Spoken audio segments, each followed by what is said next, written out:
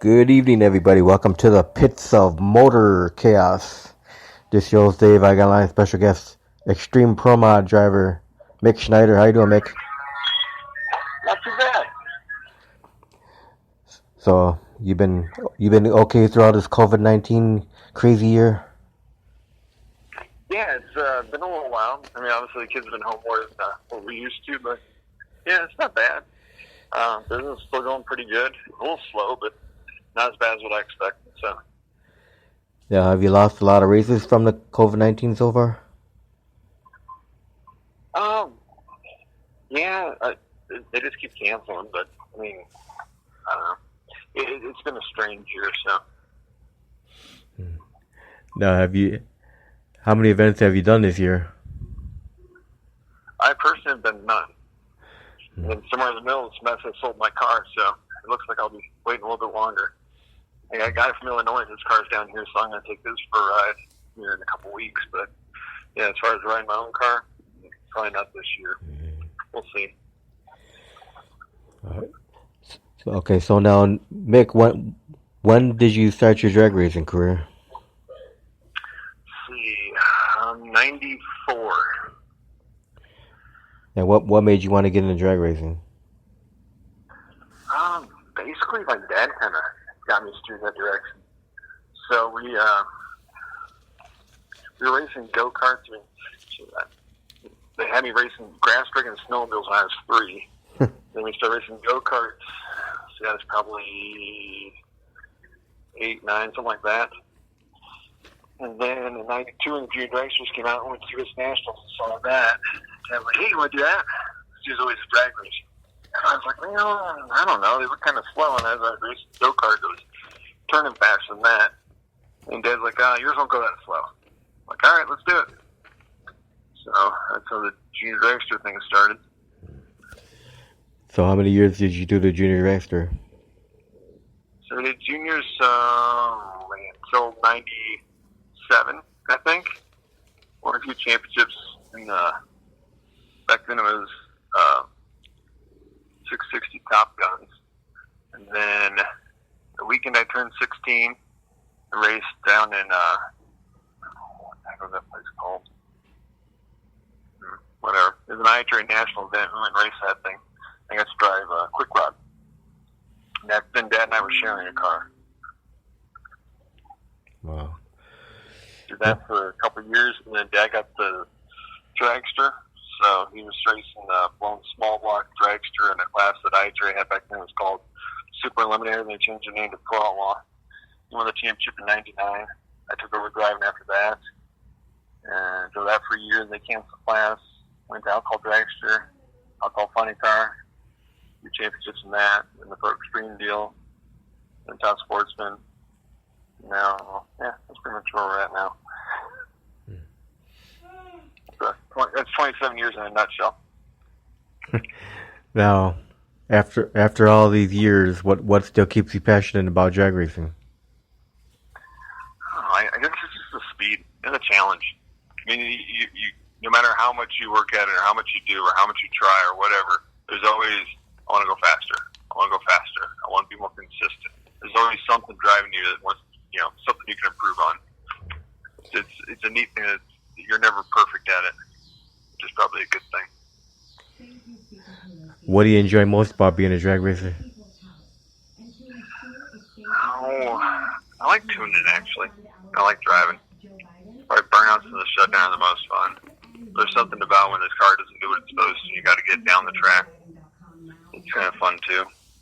When it's pointing sideways and you somehow make it so it doesn't crash, or you get lucky enough where it doesn't crash, those are always fun too. My wife wouldn't agree with that, but yeah. There's something about tuning a car where you're always trying to get the next little bit out of it. It's a challenge. It's pretty. I don't know. It's rewarding, I guess. Now, is there anything that you hate about drag racing? All the work. the money. Oh man! I mean, back when you did the Pro Extreme deal, I mean, every single race that thing would come apart, get rods, and everything else would be freshened up and be trained. There's a lot of work to go in a short period of time. And the strangest thing is, the better you're at it, the less you actually get to use it. So I don't know. A lot of work for time of fun. Now, does your wife back you 100% in your drag racing? Oh yeah, the last couple of years it was just me and her and 3 kids doing the car. Dad retired to Florida, so he hasn't really come to that many races. He came to 1 last year. That was it. No, yeah, she's my whole crew. Well, luckily for me, she gets way more steps in than I do. I get to sit in the car, and she has to run around like a crazy girl out there. So it's just you and your wife for the crew of the car? Yep. Last couple of years, it's just been me and her, and then the kids. And luckily, our kids are getting old enough now; they do a pretty good job. My daughter's 14; she just drives a golf cart. My son's 10, and my other son's 8. So they get to do all the crawl on the ground and unhook the car and all that fun stuff. And they're getting more involved in it too, so it's nice. My youngest son, actually, that's the next plan. We're trying to get his junior dragster going here, so hopefully by the end of the year he'll be racing. Awesome. So now, I lost my train of thought for a second. Hold on. Okay. If you didn't become a drag racer, what do you think you would be? What do you think you'd be doing right now if you weren't a drag racer? Oh, jeez. Heck, I don't know. I don't have a clue. This is all I've ever done. We started the family business in 94, so since I was 12, all I've been doing is selling parts and racing cars. If I didn't do that, I'm not sure what the heck I would have done. Now, do you have any? No. You have any sponsors? Yeah, actually, quite a few, actually. I've been very lucky over the years. Yeah. Safety Clean and Lucas Oil and DP. Heck, some of these guys I've had since my junior dragster days. Wow. Flat Out Gaskets, they sponsored my junior dragster back in 96. And had them all through these years. That's awesome. And, I'm very blessed to have lots of great sponsors. Cohen and Linko, RR. Yeah, I've been very lucky. Now, Mick, if you could have your fans remember one thing about you, what would you want that one thing that they remember to be? Wow. I don't know. I guess I never stuck in a class long enough to be considered the top of one class, but I've done a lot of different ones. So that's been kind of fun. I've won a championship in dragsters, funny cars, and door cars. We've been lucky enough to win a race in AHRA, ADRL, PDRA, IHRA. I don't know. We've done a lot of different stuff. I guess it's kind of I've had a strange career. Seems like most guys pick one class and just dominate it. And we tended to keep changing classes and try different things. We get bored easily, I guess. Now, do you think you could become a better drag racer? And if so, how would you achieve to become a better drag racer? I guess there's always room for improvement. Remember to compete of anything. Even if you're top of the class, you're always trying to do something better, trying to go faster, trying to get more consistent, trying to do something. There's always the next step or the next idea. I guess if I was going to be a better racer, I'd have a crew that did all the work for me. I could sit back and actually just think. As it works now, I don't know. Sometimes you don't try that idea because you don't feel like taking the transmission out to change the converter, that kind of deal. So I guess if you had a big crew or something like that, it'd probably be a little easier. I've been doing it long enough. I've gotten old enough now that if it's too hectic or too hard to do as far as repairing at the track, we'll just load her up and go home. We'll try again next week. Now, when you first got into drag racing and when your dad got you into drag racing, did you have any other drag racers that you looked up to besides your dad? Back then, honestly, I looked at John Force, I think, was the major one. I mean, as the years went on, you kind of picked on different people and looked at what they were doing and kind of thought that was something that you wanted to do.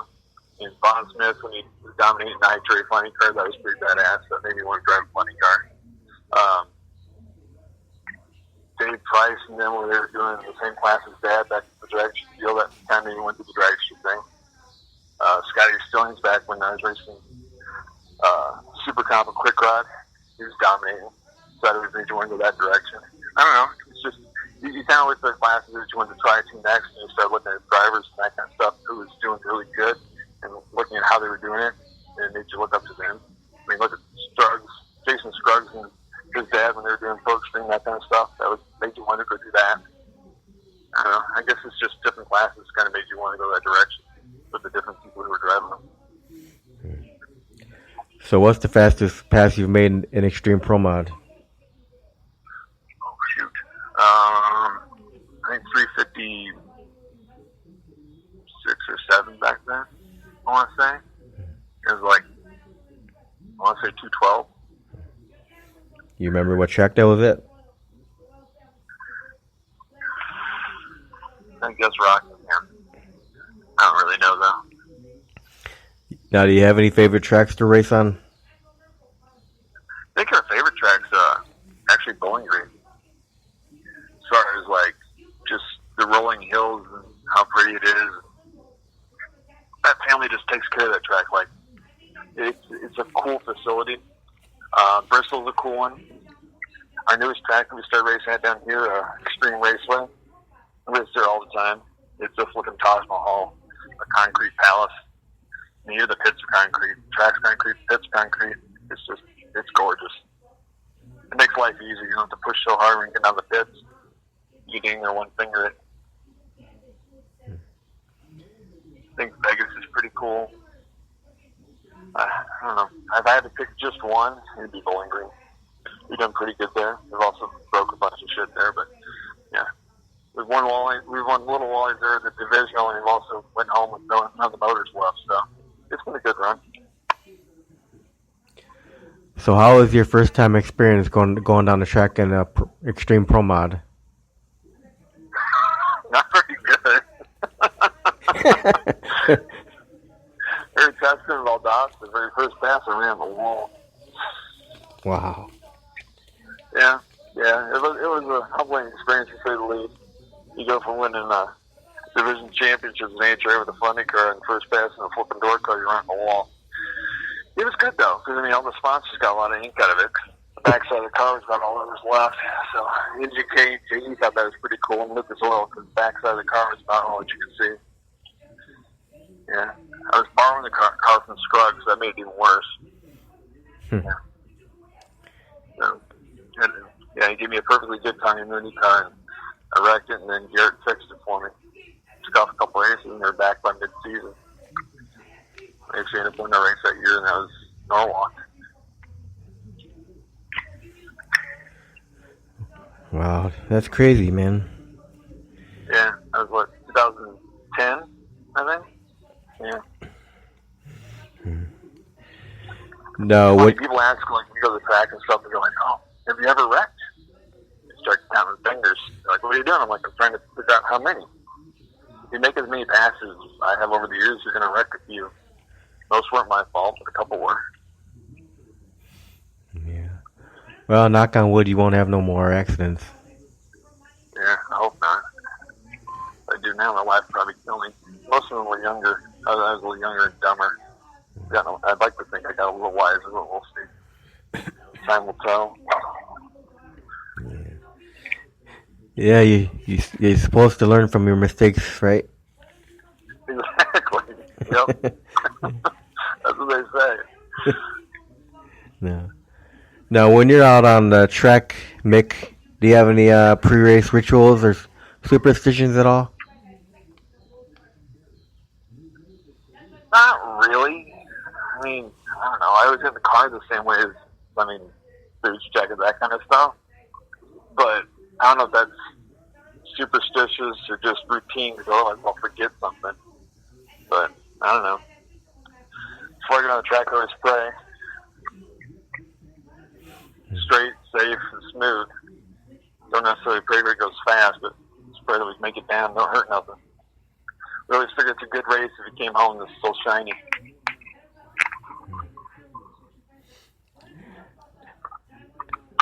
Now on a week we have a weekend race coming up. What kind of preparation goes into getting the car ready for racing? It kind of depends on how many passes and that kind of stuff. I mean, every 30 laps or so, it gets rods and springs and that kind of stuff. So, I mean, there's maintenance depending on what race you're on, that kind of deal. Most of the maintenance, I mean, I don't really need to depending on what we're doing, that kind of stuff. But if it's rods and that kind of stuff, we'll start earlier. Otherwise, if we're racing on Friday, we'll start, Tuesday, Wednesday. Drop the pan, click the rods, that kind of stuff. And then drain the fluids, check everything, filters, that kind of deal. Make sure there's nothing that looks like it's going bad. When we were doing the Pro Extreme deal, though, I mean, hell, that thing came apart every race. It got springs and went through the valves and lapped them in and got rods because, I mean, back then we were turning the thing 10-6, so it wasn't real happy. So what would you consider to be one of your greatest moments in Pro Extreme racing? I guess the championship. We won the championship and won 3 in a row that year. It was a pretty cool deal. We were neck and neck with Scruggs for the championship, considering he was our teammate and that kind of deal. We were sharing information. That was pretty awesome. Yeah. So that was 2012. That was probably the coolest deal of our Pro Extreme career. Now, if you were able to hit a time machine, go backwards in time, would you do anything differently with the drag racing career? No, I don't think so. I don't like my career. It's been a fun deal. And doing all the different classes and that kind of deal, I think I've been very blessed, very lucky. I mean, we were the first ones to do a Hemi with a converter, so that was pretty cool. And after we tried that for a while, we wanted to see what a clutch was like, so we did a clutch in a funny car for a couple of years. And I've been very lucky to race a lot of different cars with different stuff in it, and it's been a lot of fun. I wouldn't change much for anything. In the junior races, I had fun. I learned a lot when I raced Super Comp and Quick Rod. I hated the class, I sucked at it, but I learned a lot. The dragster deal was fun. I mean, heck, I was a senior in high school racing a I-Drag Pro class. That was cool. The alcohol dragster, we didn't do worth a crap. I think we went 2 rounds in 2 years. But we learned enough on that deal with the Hemi and the converter and the Linko drive. And then we jumped in the funny car. We weren't doing too bad. So, I mean, everything had a reason, and I like the way that it's gone, I guess. The funny car was fun. The clutch deal was fun. It was a lot of work, but it was fun. The Pro Extreme deal, I wouldn't change that deal. It worked out just fine. It was, back when we were racing Scruggs and Bubba, and it was it was a good old deal. Back in the heydays of ADRL and fans packing the stands and all that kind of stuff, it was neat. And we got out of it right before it pretty much took a dive. So, yeah, I wouldn't change any of it. The Top Sportsman deal, I've had so much fun with that. It's a way different deal. It's less work. You concentrate more on the business. So that was fun. And won the championship in Division 3 that one year. And I don't know. I've been very blessed to have a very good, fun career. Now, is there anything you haven't driven yet that you would still like to try? I don't know. If there's anything I'd like to drive, I guess it'd be a nitro funny car. Or, a top fuel Harley, too, but my wife won't let me do that. But, yeah, that's the only bucket list. I guess if Creasy let me make a lap in his car, I wouldn't mind. I'd probably do it. That's about it. Yeah. Who knows? Maybe someday someone will ask you to drive a funny car for them. Maybe. You just never know. Stranger stuff's happen, that's for sure. So out of all the different vehicles you've raced in, which one did you have most fun in? They're all so different, I guess. The Drax was a finesse deal. The funny car was a manhandle. You just jerked around where you wanted to. And the Pro Mod was a combination of both. The funny car was cool because you could drive it all the way to the very edge, right through the pump, and you're like, oh shit, we're going to crash this thing. And you jerk the wheel and it would. You're like, all right, sweet. And the Pro Mod was fun because when you had the screw blower, you had to lead it by about half a second. So by the time you got the pucker factor and said, oh, this isn't going to be good, it was too late by then. You're already collecting cones or doing something really nasty. So I guess probably the Pro Mod was the most challenging, but the funny car was fun too. The dragster was a nice stepping stone, so I knew what to do when I got in. I was like, yeah. Now, how do you drive on public roads? Can you switch off your hunger for speed and take corners like most people do, or is every corner a challenge for you? Yes, my wife calls me a grandpa. I guess I got all my fun on the track, so I didn't have to drive fast in the street. I've been pretty tame, which is kind of surprising, I guess. Yeah. So you control that need for speed out on the streets. Yeah, I mean, I just have a pickup truck, so it's not going to go that fast. It's got a sport mode, but my sport mode's pretty sad. Now, what would you consider to be your fondest memory in drag racing? My what? Your fondest memory in drag racing. Oh, I'd say 2004. I won our first national event with the Funny Car. And at that time, it was on our own dime as a family car. All the crew is, well, I guess all my crew's always been volunteer, but everybody's volunteer. Most of them knew nothing about racing before they showed up. There's a bunch of my dad's friends, my sister's friends. I think we had the most fun in drag racing probably back then. We had like 9 people in the crew, and I mean, they had degrees and stuff that had nothing to do with motorsports whatsoever. But we had a lot of fun, and we won one of my first NHRA national event in '04 at Chicago. So it was our home track in the fall race back when we had the fall race there. And it had the Snyder Motorsports on the side and that kind of deal. And the first one, a converter one. I mean, that was probably my fondest memory. It was pretty cool to do it all as a family deal with no sponsor, no nothing back then. And that actually is what landed us a Torco deal. So, yeah, I think that's probably my fondest memory. Now, bonus probably second, though. That's pretty cool, too. Now, are there any ways to overcome nausea from being exposed to high G-forces? I never had a problem with it. It's weird. I think that, I don't know, if you do it enough, it almost like it slows down. It's kind of a weird deal. I don't think it seems as fast as what it really is. Now, would you ever do any circle track racing? I did go-karts a long time ago when I was little. I wouldn't be opposed to it. I don't know. I always like going to the dirt track, but I don't know. I'm not much on cleaning stuff. Even with the car we have now, I make the kids or my wife clean it. So I don't think I could do dirt tracking. I don't like fixing dents, so I'd probably have to go with no. Now, do you think racing games or video game simulators can give an advantage to drivers before entering a race? I don't know. I don't know. I mean, I play video games with the kids, but heck, the only thing I can play is a Wii. I can't do the 3D stuff. I think I'm too old. Or I just don't have the patience for it. They got too many buttons now. And when I used to play video games, it was a Nintendo and had 2 buttons on it. I can do that stuff. That's not bad. But the other stuff, I don't know. I don't. My fingers don't work that fast, I guess.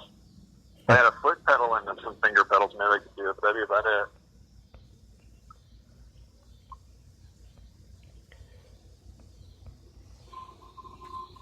All right. So now, do you have any hobbies? Do you have any hobbies outside of drag racing? Yeah. We live on a lake now, so we've been boating a lot more. We got a Harley, so we take the Harley out. Those are hobbies, or just stuff to fill our time. The kids keep me pretty busy, so yeah. I think that's the stuff. I like working on house projects, that kind of stuff, but I don't really have a lot of time to do it. Yeah, pretty much most of my life's consumed with the family nowadays and work, selling parts. Now, have you ever gone hunting or fishing? I went hunting once, and it was a long time ago. And fishing, we fish a lot off the dock. I don't really have the patience for it. I like catching. I don't really like fishing. My middle son, though, he's our fisherman. He can catch enough for all of us to eat, so it's a good deal. Yeah, it's good for relaxing. Yeah. Even if you don't catch anything, you're out there enjoying the outdoors and your quietness. get away from all the craziness. I do a lot better job floating and drinking than I do fishing. But yes, that's more my style. All right, let me ask you a couple fun questions here. What is your favorite food to eat? I like eating oyster crackers with a glass of milk, which my wife finds weird, but as long as real food, I guess I'd say tacos. We eat a lot of tacos. Now, your wife makes homemade tacos? Yeah, she makes tacos, or we get taco casa. Hmm. We're lucky we have that down here. Now, how about you? Do you cook? Yeah, I like to cook. I can't bake, but I like to cook. So I really don't like recipes. I just kind of mix and match and start making stuff. But, yeah. You I watch a lot of cooking shows and home improvement shows now. I don't know if that's a sign that you're old or not, but I don't know. So you don't have a best dish that you make?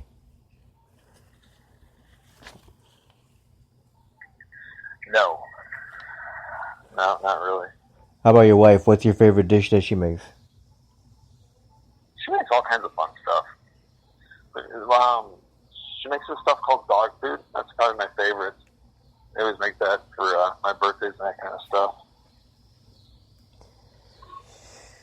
All right. What's your favorite beverage? Usually Pabst Blue Ribbon, but here lately I've been drinking more Corona. I drink a lot of Coke Zero too. Not that any of these are good for me, but that's what I do. No, you drink water too? No, I try to stay away from water. God, my wife says I should drink more water, but I always use the thing that people drown in or something like that. Yeah, that's what I say about water. So I try not to drink water, but yeah, I probably should drink more water. Yeah, you got. My doctor says I drink more water, so. Gotta lay off all that Coke Zero and drink more water. Yeah. Something about taste, though. I don't know. Now, what's your favorite music? I listen to the Christian station a lot, honestly. I got pretty lucky here. On the way to work, I can get a sermon. On the way back, I can get a sermon, get a little music in between. So I listen to the Christian station mostly. Now, when you were growing up as a little kid, did you have a favorite cartoon to watch? Oh, Thundercats. I don't know if anybody knows what that is anymore, but they had on Netflix or something one day, and I was trying to get my kids to watch it, and that didn't last very long. Apparently, it's not as cool as I thought it was. Right, whole different generation, man. Yeah. Now, are you a movie guy? Not really. I don't know. We watch some movies. We don't watch a lot of movies. Do you have a favorite movie? Yes. My favorite is The Truman Show, which my wife thinks is the most boring movie from the face of the earth, but I think it's cool. Jim Carrey, right? Yep. Jim Carrey is in a TV show, but he doesn't know it.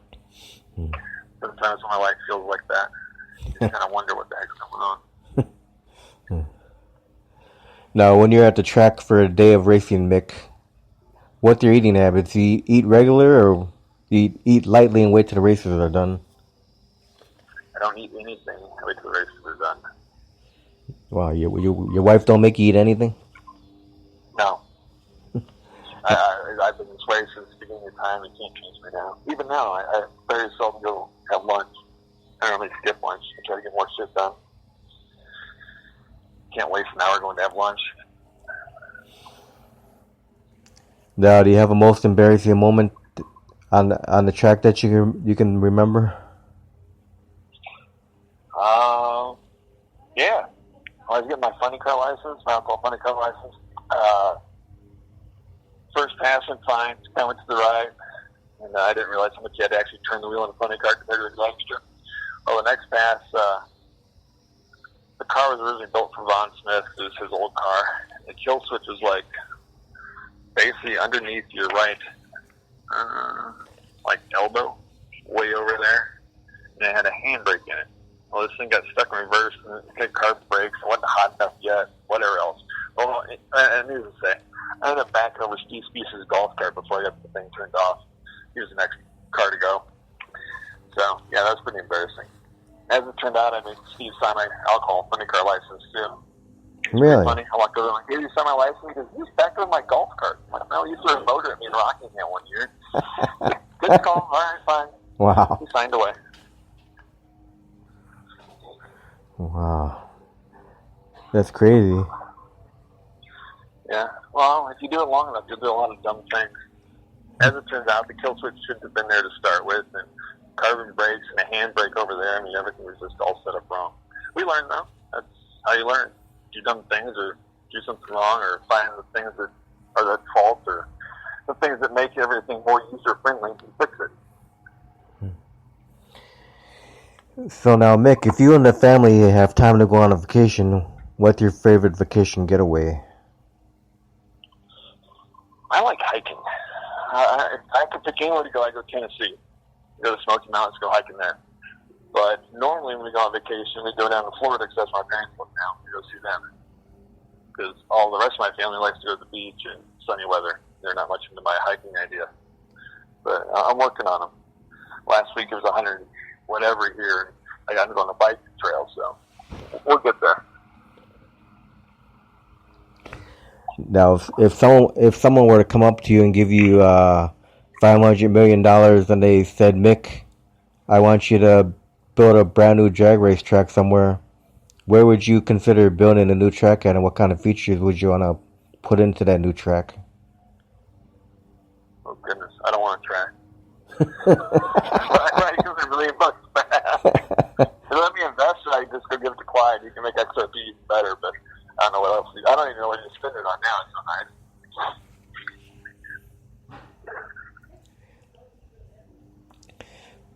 So now, what's the best way for people to, follow you when you're racing? Where do they find schedules at for you? Where you're going to be at? Probably the best way is Facebook, Snyder Motorsports Facebook page, or my personal one. That's probably the easiest way.